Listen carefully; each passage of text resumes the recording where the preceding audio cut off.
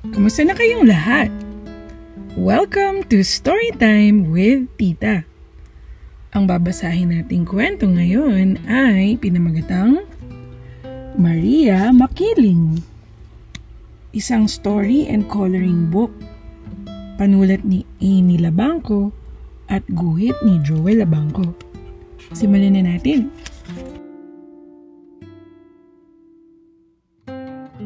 Noong unang panahon, ang mag-asawang bathala na si Dayang Makiling at Gat Panahon ay may isang anak, si Maria.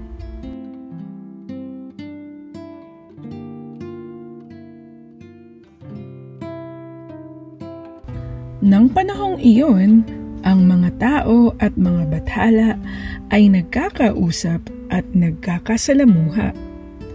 Nakahihingi sila ng tulong sa mga bathala kung hihilingin nila ito ng taimtim.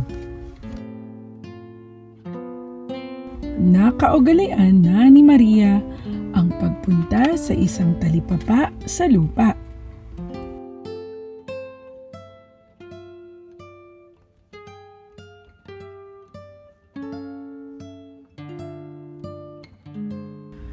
Bit-bit ng dalawang aita ang mga basket na may lamang gintong luya. Ito ang ipinapalit ni Maria sa mga pinamimili niya.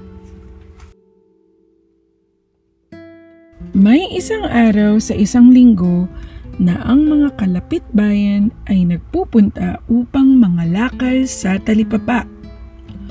Doon, nagkakilala sina Gat Dula, ang pinuno ng kahariang Bay, at si Maria.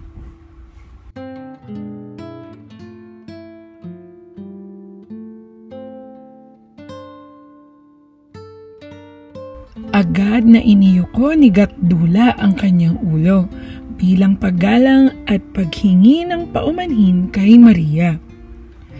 Tinugunan ito ni Maria ng isang matipid na ngiti. Mula noon ay naging madalas na si Gat Dula sa talipapa. Isang araw, nagkita silang muli ni Maria.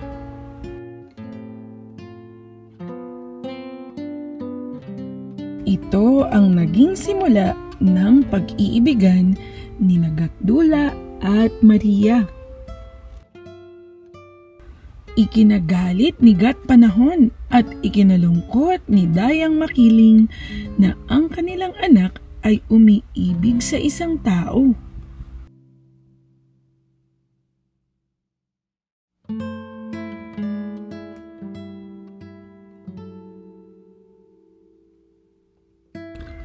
Pinagbawalan ng bumaba sa lupa si Maria. Ngunit ang pag-ibig niya kay Gat Dula ay lumalim. Binantayan niya ito mula sa kalangitan. Ang hindi nila pagkikita ni Maria ay nagdulot ng matinding kalungkutan kay Gat Dula na naging sanhi ng pagkakasakit at pagkamatay nito.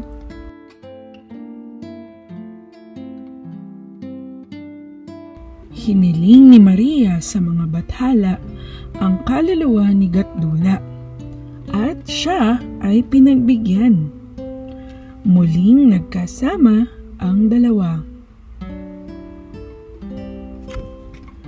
At dito nagtatapos ang ating kwentong pinamagatang Maria Makiling. Nagustuhan niyo ba ang kwento natin ngayong araw?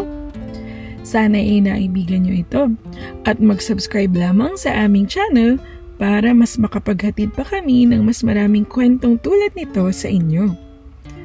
At samahan nyo kaming muli sa susunod ha, dito lang sa Storytime with Tita.